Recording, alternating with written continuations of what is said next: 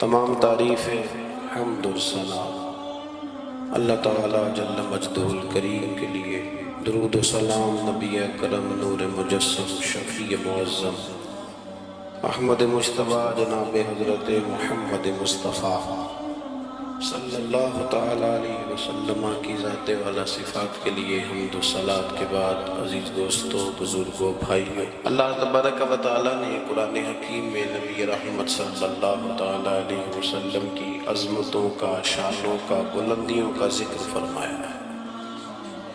امت مسلمہ نے اور امت کے مفسرین نے، علماء نے نبی پاک صلی اللہ تعالیٰ علیہ وسلم کی ہر عظمت پر، سید عالم صلی اللہ تعالیٰ علیہ وسلم کو عطا کی گئی ہر شان پر تفصیل سے کلام فرمایا۔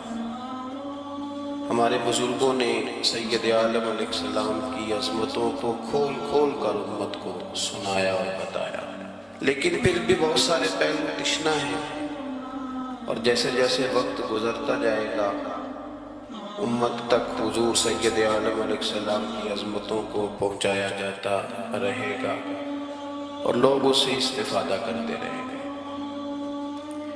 قرآن مجید میں اللہ تعالیٰ نے ارشاد فرمایا کہ یا ایھا النبی انا ارسلناک شاہدا ومبشرا ونذیرا، اے محبوب علیہ السلام، بے شک ہم نے آپ کو گواہ بنا کے بھیجا ہے، خوشخبری دینے والا بنا کے بھیجا ہے، اور ڈر سنانے والا بنا کے بھیجا ہے۔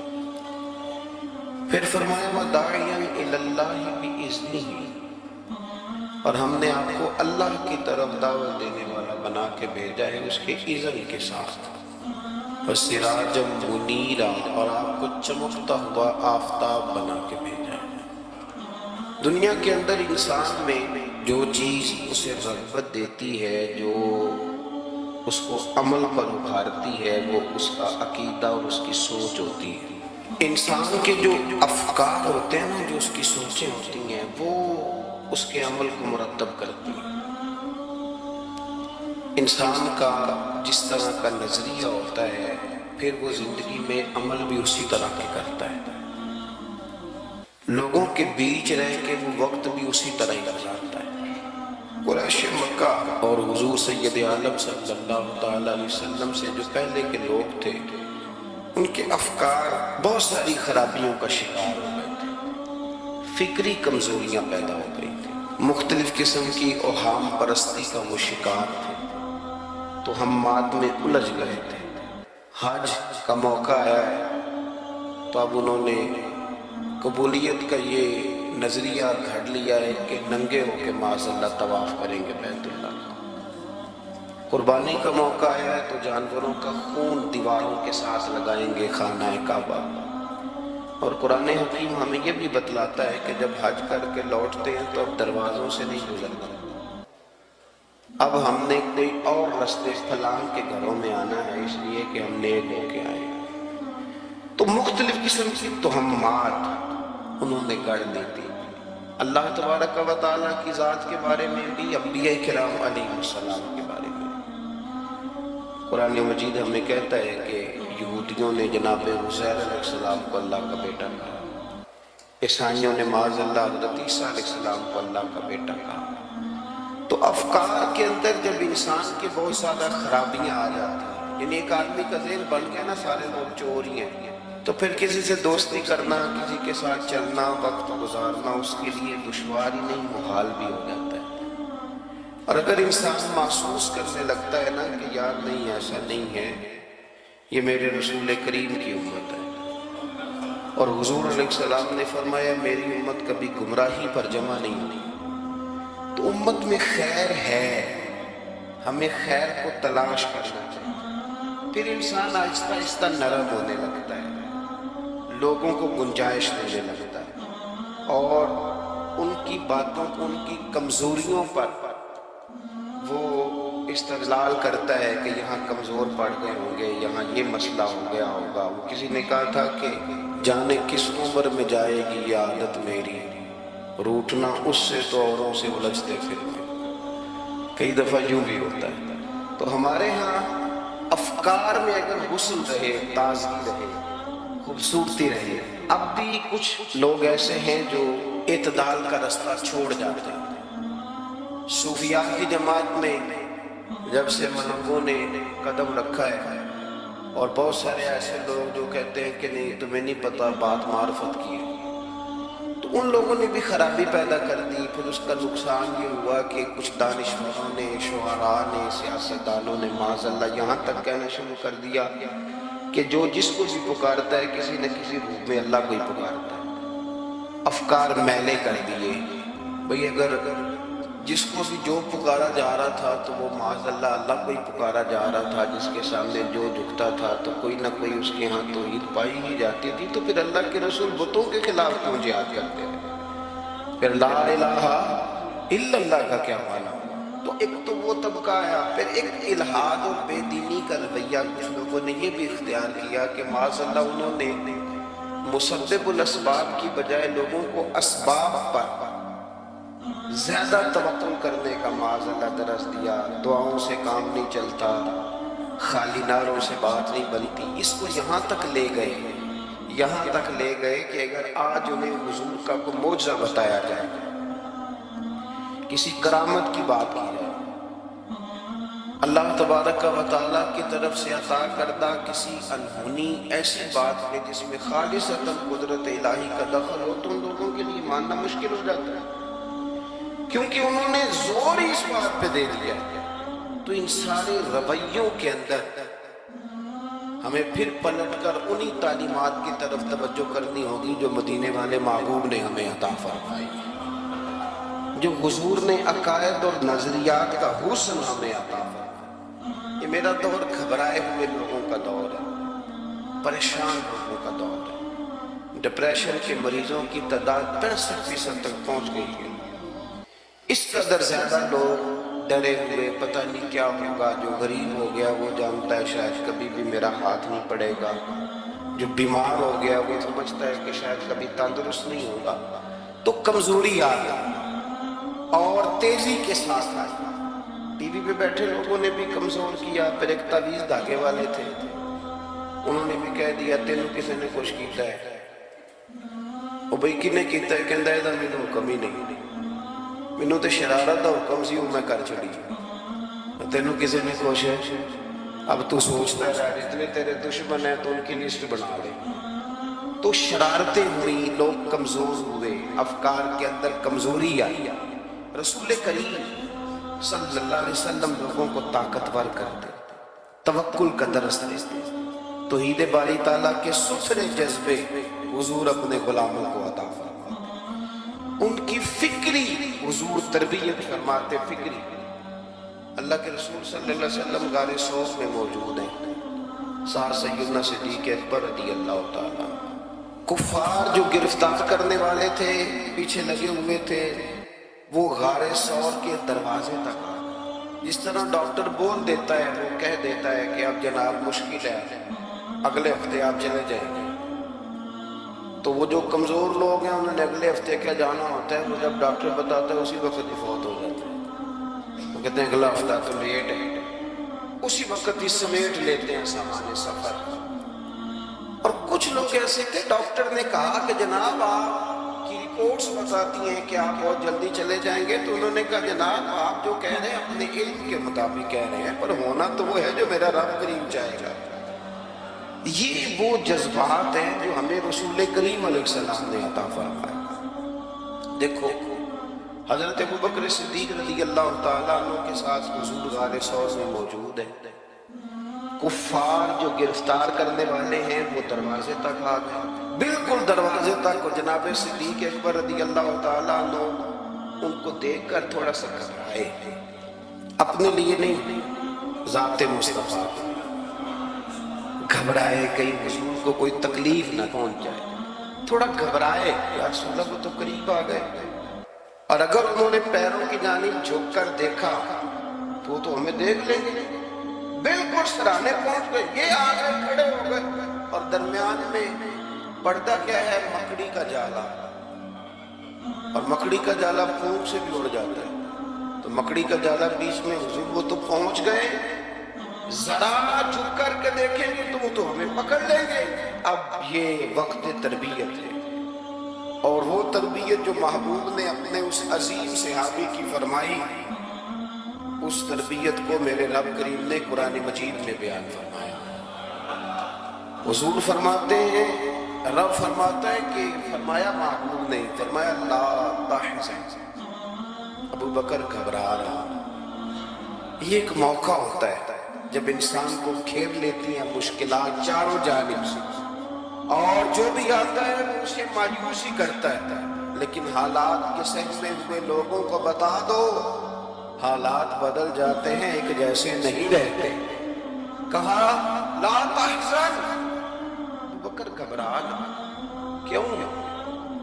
ہماری فوجیں آگے انہیں پکڑ لیں، یا اندر ہمارے پاس کوئی ایسا اسلحہ موجود ہے کہ ہم ان پر چھوڑ دیں گے تو یہ مر جائیں گے۔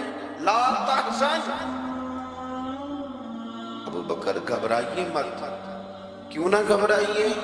اس لیے کہ ان اللہ معنا، بے شک اللہ ہمارے ساتھ ہے۔ جن کے ساتھ رب ہو انہیں گھبرانا نہیں چاہیے۔ انہیں گھبرانا کہ جو مسلح کی قوت ہوتی ہے، یہ دعا کی طاقت ہوتی ہے، دعا سلاح المومن، یہ جو قوت ہوتی ہے انسان کے پاس، یہ جو اس کے پاس ہتھیار ہوتا ہے کہ آج رات منا لوں گا میرا رب کرم فرما دے، یہ جو اس کے پاس قوت ہوتی ہے یہ اسے کمزور نہیں پڑتی، اسے طاقتور رکھتی۔ تو حضور نے افکار کے اندر یہ حسن پیدا کیا، لوگوں کو بتلایا کہ بجائے اس کے کہ تم کوئی چور رستہ تلاش کرو، کوئی سیاست کرنے کی کوشش کرو، تم کوئی ایسی راہ اختیار کرو جو تمہیں محسوس ہو کہ درست نہیں ہے، اس رستے نہ چلو، بلکہ تم اپنے رب کو منانے والے رستے پہ چلو۔ اور ترمذی شریف میں حدیث ہے، حضرت انس بن مالک رضی اللہ تعالیٰ عنہ فرمانے لگے کہ کریم محبوب علیہ السلام فرماتے ہیں کہ اپنے ٹکڑے دنیا داروں کو نہ بتانا، سیٹھوں، نوابوں، چودھریوں، چاپلوسی کرنے کی ضرورت کوئی نہیں، اپنے دکھڑے دنیا داروں کو نہ بتانا ورنہ اللہ تمہیں کبھی غنی نہیں فرمائے گا۔ فرمایا اپنے دکھ اپنے رب کریم کی بارگاہ میں عرض کرنا، جلدی یا دیر سے اللہ تمہیں لوگوں سے بے نیاز کر دے گا۔ تربیت فرمایا۔ ہم لوگوں نے تیزی سے اپنے آپ کو کمزور کیا ہے، توجہ کا مرکز دنیا دار۔ وہ اکبر الآبادی نے کہا تھا کہ مصیبت میں بھی اب یاد خدا ہم کو نہیں آتی، دعا منہ سے نہ نکلی، جیبوں سے عرضی نہ نکلی۔ اب بھی لوگ درخواستیں جمع کراتے ہیں، دعائیں نہیں کرتے۔ تو بھائی ایک تو یہ کہ توحید باری تعالیٰ کے بارے میں اصل نظریات، افکار کا حسن، پاکیزگی، اور آپ کا اپنے رب کی جانب پورا توجہ کرنا۔ ہمارے ہاں اب تو خیر کرامتیں فیس بک پہ آتی ہیں اور لوگ اس کا سوال بھی بڑا تگڑا کر کے کرتے ہیں، اور جو بچے چھوٹے موٹے ہماری طرح طالب علم ہوتے ہیں، کچھ کتابیں پڑھنے والے دین کے، وہ کئی دفعہ الجھ جاتے ہیں کہ اب اس کو ٹیلی کیسے کریں، ساتھ کیسے جوڑیں۔ ایسی کرامتیں اور کرامت بیان کرنا بھی لوگوں نے ذمہ داری سمجھ لیا، حالانکہ جڑے محرم راز حقیقت دے وہ تے راز حقیقت کھول دے دے۔ اے جنہ ویکھیا نہیں او کرن گلاں، جنہ ویکھ لیا او تے بول دے ہی نہیں، تو بات ہی نہیں کرتے۔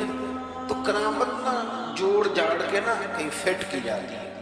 آپ کو بخاری مسلم میں حدیث ملے گی، کوئی بھی ایسی اوہام پرستی، کوئی بھی ایسا نظریہ، کوئی بھی ایسی بات جو ذہن کو منتشر کرے، یعنی ابھی تک لوگ کہہ دیتے ہیں ہمارے کہ وہ کالی بلی رستہ کاٹ گئی تھی، تو معاملہ بڑا، میں ملتان شریف پہنچا تو مجھے وہاں ایک میرے سنگی کہنے لگے، بڑا پرانا ان سے ربط ہے، کہنے لگے کہ میں نے آج نہ تجربہ کیا ہے، ویسے واقعی کالی بلی رستہ کاٹی ہے تو مشکل ہو گئی ہے۔ میں نے انہیں کہا کہ آپ کا تجربہ سجدہ ساز کا محتاج ہے، آپ کو دوبارہ سے تجربہ کرنا چاہیے۔ خدا کے بندے، کالی بلی رستہ کاٹ جائے تو مشکل ہوتی ہے، تو میرا تو سارے رستے، کئی کالی گاڑیاں رستہ کاٹ گئی، اب کیا کیا جائے؟ یہ کمزوری ہے، افکار میں کمزوری نہیں پیدا کریں، کچا پن نہ پیدا کریں، آپ مضبوطی لائیں۔ بخاری مسلم میں آپ کو حدیث ملے گی، سرور کائنات علیہ السلام کے صاحبزادے جناب ابراہیم علیہ السلام وصال فرما گئے، اور کیفیت یہ تھی کہ انہوں نے حضور کی مقدس گود میں آخری سانس لیا، داڑھی مبارک محبوب کی آنسو سے بھر گئی۔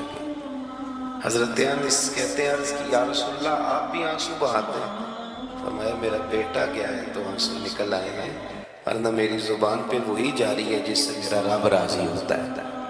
اسی دن نہ جس دن سرکار کے صاحبزادے کا وصال ہوا اسی دن سورج کو گرہن ہو گیا۔ کچھ لوگوں نے بات جوڑ دی، کہنے لگے کہ آج چونکہ حضور سید عالم علیہ السلام کے صاحبزادے کا وصال ہو گیا تو آج دیکھو سورج کو بھی گرہن ہو گیا۔ بات جوڑ دی، غم کی کیفیت تھی، سرکار کی مقدس داڑھی آنسوں سے بھری ہوئی تھی، حالات کا تقاضا اور اس کی سمت کچھ اور تھی۔ حضور نے جمعے کا انتظار نہیں فرمایا، فرمایا بلاؤ لوگوں کو مسجد میں۔ لوگ جمع ہو گئے اور صحابہ فرماتے ہیں ہمارے خیال میں یہ تھا کہ یہ موقع نہیں تھا، آج نہ جہاد کے لیے حکم آنا ہے، کس مقصد کے لیے حضور نے طلب فرمایا، لیکن جب ہم گئے اتنا ضروری کام ہے نظریات کا صاف ہونا، اللہ کے محبوب نے لوگوں کو اسی دن بلا کے فرمایا لوگوں سنو، سورج اور چاند کو جب گرہن لگے تو استغفار پڑھا کرو، تسبیحات کیا کرو، نوافل ادا کیا کرو، اللہ کے حضور حاضر ہوا کرو۔ فرمایا یہ سورج اور چاند کو جب گرہن لگے تو یہ اللہ کی نشانیوں میں سے نشانی ہوتا ہے، کسی بندے کے دنیا سے جانے کا اس کے ساتھ کوئی تعلق نہیں۔ تم نے اپنے ذہن کو ٹھیک رکھنا، افکار کو ٹھیک رکھنا، کسی بھی قسم کی تم نے اوہام پرستی کا شکار نہیں، مضبوط رہے، مضبوط رہے، اٹھ باندھ کمر کیوں ڈرتا ہے، پھر دیکھو خدا کیا کرتا ہے۔ آپ مضبوط رہے، جب مضبوط رہیں گے تو انشاءاللہ توانائی اللہ کی طرف سے عطا کر دی جائے گی۔ دوسری بات، نبی پاک صلی اللہ تعالیٰ علیہ وسلم نے تمام انبیاء کرام علیہ السلام کے بارے میں لوگوں کے ذہنوں کی اصلاح کی۔ آپ کبھی قرآن حکیم کا مطالعہ فرمائیں، احادیث مبارکہ پڑھیں تو میرے محبوب کریم کی شان یہ ہے کہ حضور نہ انبیاء کی شانیں بیان کرتے ہیں۔ حضرت موسیٰ کلیم اللہ ہیں، کس نے ہمیں بتایا؟ قرآن و حدیث نے بتایا۔ شانیں بیان کی نبیوں کی، عظمتیں بیان کی۔ حضرت ابراہیم خلیل اللہ ہے، یہ ہمیں قرآن نے بتایا، حضور نے بتایا، لیکن ساتھ ہمیں یہ بھی بتایا کہ ہیں یہ اللہ کے بندے، ہیں یہ اللہ کے رسول۔ نبی پاک صلی اللہ تعالیٰ علیہ وسلم نے افکار اور نظریات انبیاء کے بارے میں لوگوں کے درست فرمائے۔ مجموع الزوائد میں حضرت مولا علی شیر خدا رضی اللہ تعالیٰ عنہ کی حدیث مرضی ہے، ایک بدو آ گیا حضور کی بارگاہ میں کچھ مانگنے کے لیے۔ مولا کائنات رضی اللہ تعالیٰ عنہ فرماتے ہیں سرکار جب کسی بات کا جواب نہ دینا چاہتے تھے تو خاموش ہو جاتے تھے، کچھ دیر خاموش رہتے تھے، اور حضور کا خاموش رہنا بھی ہمارے محدثین نے محفوظ کی ہے۔ اقسام حدیث میں سے ایک حدیث ہے جسے حدیث تقریری کہا جاتا ہے، وہ حدیث ہے جس میں حضور خاموش رہے، کوئی کام کیا گیا تو سرکار خاموش رہے۔ حضرت مولا علی کہتے ہیں حضور نہ خاموش ہو گئے، لیکن چونکہ دیہاتی تھا، سادہ تھا، اس نے جب بار بار گفتگو چھیڑنا چاہی تو پھر حضور نے فرمایا چل پھر مانگ لے کیا مانگتا ہے، مانگ لے پھر کیا مانگتا ہے، کر سوال۔ دیہاتی تھا، سادہ آدمی تھا۔ مولا کائنات فرماتے ہیں ہمیں یوں لگا کہ اب نہ یہ آخرت اپنی سوار جائے گا، جنت کا سوال کرے گا، لیکن بڑا ہی سادہ تھا۔ مانگنے پہ بھی آیا تو کیا مانگا، کہنے لگا یا رسول اللہ صلی اللہ علیہ وسلم میں نے سفر کرنا ہے، مجھے ایک اونٹنی عطا کر دیتے۔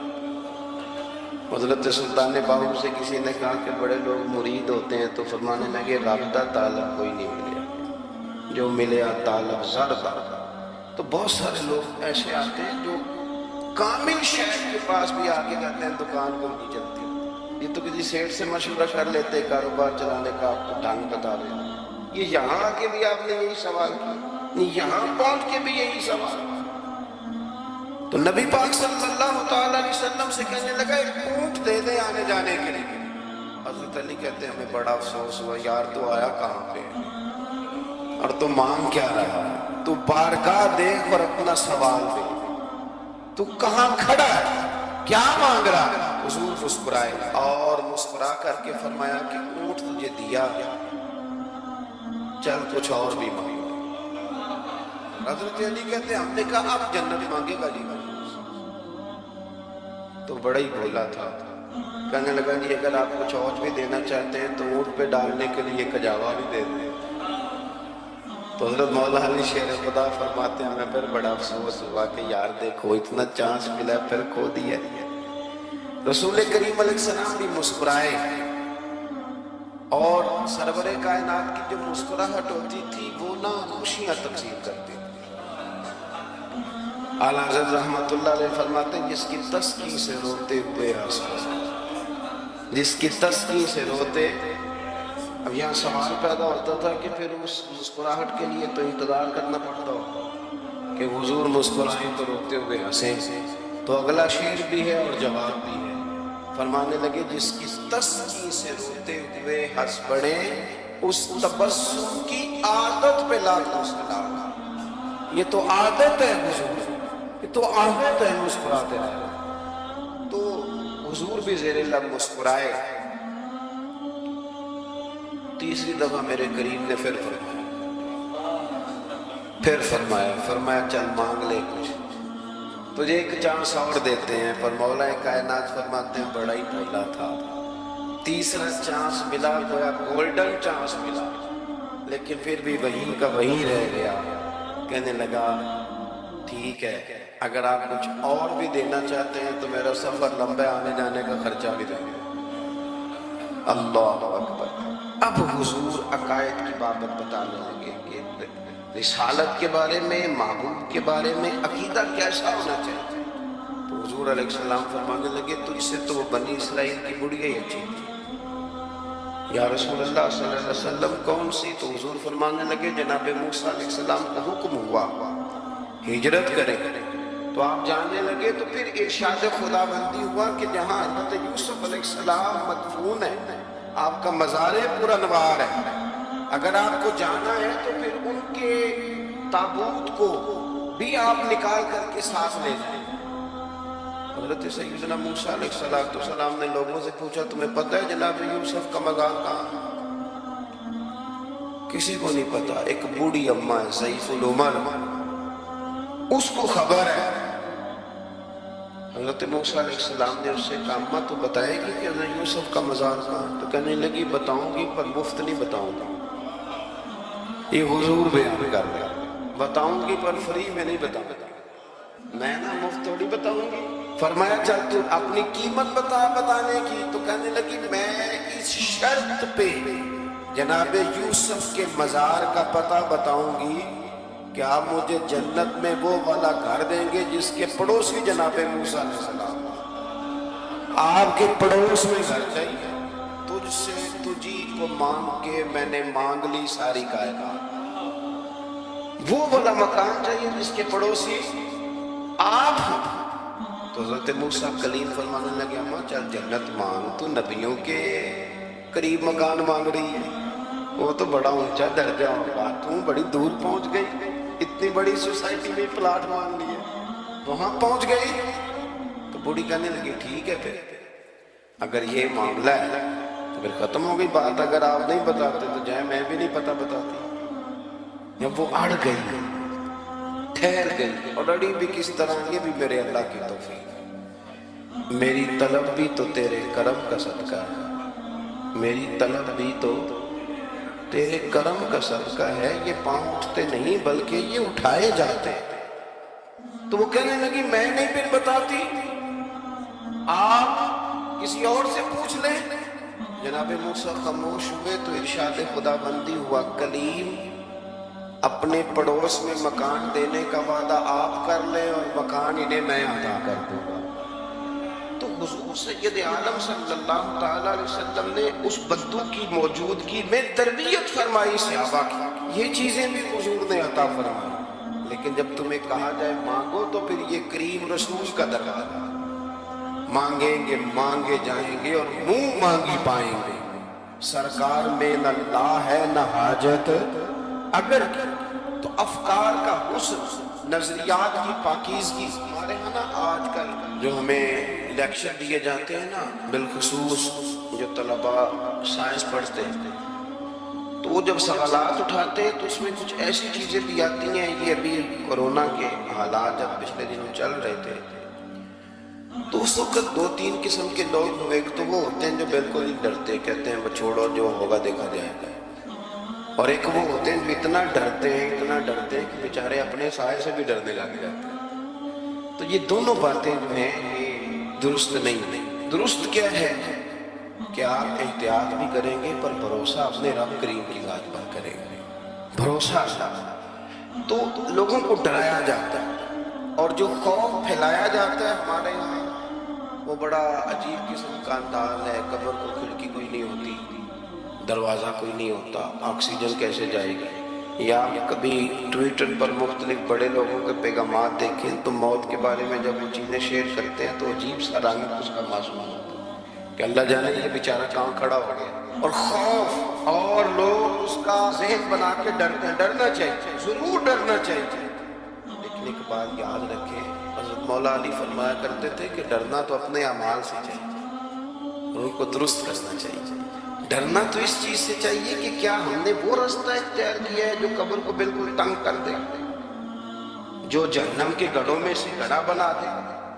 اگر وہ رستہ ہے اور اس پر آپ چلے ہوئے ہیں، آپ سخت ہو گئے ہیں، آپ نے سوچنا چھوڑ دیا ہے، آپ نے حقوق العباد کے معاملے کو ترک کر دیا ہے، آپ اپنی طبیعت کے لحاظ سے لوگوں کو ستانا مشغلہ بنا بیٹھے، آپ حلال حرام کی تمیز چھوڑ گئے، نگاہوں کی صفائی سے لے کر رزق حلال کو پیٹ میں لے جانے تک اگر غیر محتاط ہو گئے تو پھر تو خوف کھائیں۔ لیکن یہاں ان نظریات کی بابت جو حضور نے ہماری تربیت فرمائی، تو حضور نے ہمیں یہ نہیں فرمایا کہ میرا مومن ہو تو تم اسے کھڈے میں چھوڑ آؤ، ہو زندگی تقوی اور محتاط رہ کر گزارنے والا اور تم اسے کھڈے میں چھوڑ آؤ، یہ نہیں ہے۔ بلکہ فرمایا جو میرے مومن کی قبر ہوتی ہے روضۃ من ریاض الجنہ، وہ تم اسے نہ کھڈے میں نہیں چھوڑ کے آئے، باغ میں چھوڑ کے آئے۔ آپ باغ کا تصور کریں پھر قبر کو سوچیں، نہیں باغ میں چھوڑ کے، اور باغ بھی معمولی نہیں، جنت کے باغوں میں سے، جنت کی کیاریوں میں سے، روضۃ من ریاض الجنہ۔ اب ذرا اس اینگل سے آپ اپنی قبر کو سوچیں، اس رویے کے ساتھ۔ اگر قبر آپ کی جنت کا باغ ہے تو باغ میں جاتے بندہ ڈرتا تو نہیں، اور باغ اتنا حسین ہے کہ جس میں پہلی آنکھ کھلے گی تو پہلی نظر اٹھے گی تو مدینے والے محبوب کا چہرہ نور نظر آئے گا، اتنا شاندار باغ۔ آپ اس کی رعنائی، اس کا حسن اور اس کی خوشبو کو ملانا، تو حضور نے نا ہماری تربیت فرمائی۔ میں اکثر کہا کرتا ہوں آپ سے کہ انسان 10-15 سال کے بعد پردیس سے واپس لوٹے اور ماں اگر موجود ہو نا گھر میں، اتنا تگڑا استقبال کرتی ہے کہ مزہ آ جاتا ہے، اس کا بس نہیں چلتا، مکان بھی نہیں بنا دے، فلانی چیز بھی نہیں لے آؤ، میرا پتر آ رہا ہے فلانی نہیں۔ تو سالوں بعد بندہ گھر لوٹے تو ماں اتنا استقبال نہیں کرتی جتنا قبر میں اللہ کی رحمت بندے کا استقبال کرتے۔ اس لیے جب یہ سوچ بن گئی تھی نا صحابہ کی حصول جنت کی، تو پھر ان کو لگاؤ ہو گیا تھا، پھر دنیا کی زندگی، جاہ و جلال، مال و دولت اتنا زیادہ وقت نہیں رکھتا تھا ان کی نظر۔ پھر وہ سمجھ گئے تھے اس بات کو کہ کن فی دنیا کا انک غریب و عابر سبیل، سمجھ گئے کہ یہ مسافر ہے، اور وہ پھر اتنا زیادہ اپنے ذہن پہ چیزوں کو سوار نہیں کرتے تھے، محسوس کرتے تھے کہ اتنی زندگی ان کی ہے، اتنی زندگی ان کی گزر گئی، محسوس کرتے تھے، اور اس پر پھر وہ جو فوکس کرتے تھے وہ آخرت کے لیے کرتے۔ ایک خاتون حضور کی بارگاہ میں حاضر ہوئی، یہ بھی سیاستہ میں آپ کو روایت ملے گی، بہت ساری کتابوں میں ہے لیکن اس کی اصل آپ کو بخاری شریف میں ملے۔ حضرت ابو ہریرہ رضی اللہ تعالیٰ عنہ فرماتے ہیں کہ خاتون آئی تو اس نے آ کر نا بڑے درد کے ساتھ حضور کی بارگاہ میں استغاثہ پیش کیا. عرض کرنے لگی یا رسول اللہ صلی اللہ علیہ وسلم میں نا مرگی کی مریض ہوں، بڑی تکلیف میں ہوں. یہ جو مرگی کا مرض ہوتا ہے یہ اعصابی بھی ہے جسمانی بھی ہے، ذہن کو کنٹرول کرتا ہے اور انسان جسمانی طور پر بھی بالکل اس وقت جب دورہ ہوتا ہے مفلوج ہو جاتا ہے، ذہنی طور پر خوشی غمی آنا جانا دشوار ہو جاتا ہے انسان کے. تو وہ خاتون عرض کرتی ہے یا رسول اللہ صلی اللہ علیہ وسلم مجھے مرگی ہے، کریم آپ دعا فرمائیں رب مجھے شفا عطا کر دے. حضور دعا فرما دیا کرتے، اللہ تعالیٰ نے میرے محبوب کے وجود کو شفا بنایا. لعاب دہن مولا علی کی آنکھوں پہ لگائیں تو رب کریم فوراً شفا عطا فرمائے. لیکن حضور نا تربیت جب کرتے نا تربیت لوگوں کے بیچ، تو پھر نظریات کو عقائد کو افکار حضور غسل دیتے وضو کرا کر. یہاں بھی سرکار نے صحابہ کے بیچ اس خاتون سے گفتگو فرمائی اور حضور فرمانے لگے اگر تو کہے تو میں دعا کرتا ہوں رب تجھے شفا دے دے گا. حضور فرمانے لگے اگر تو کہے میں دعا کرتا ہوں اللہ شفا دے. اور فرمایا اگر تو کرے صبر تو میرا وعدہ ہے رب بغیر حساب کتاب جنت عطا کرے گا. اب یہ سوچ ہے، یعنی ہمیں جب چانس ملتا ہے دنیا اور آخرت میں چیزوں کو عکس کرنے کا تو آپ نظر دوڑا لیں دائیں بائیں کہ لوگوں نے توجہات کہاں اپنی مرکوز کی.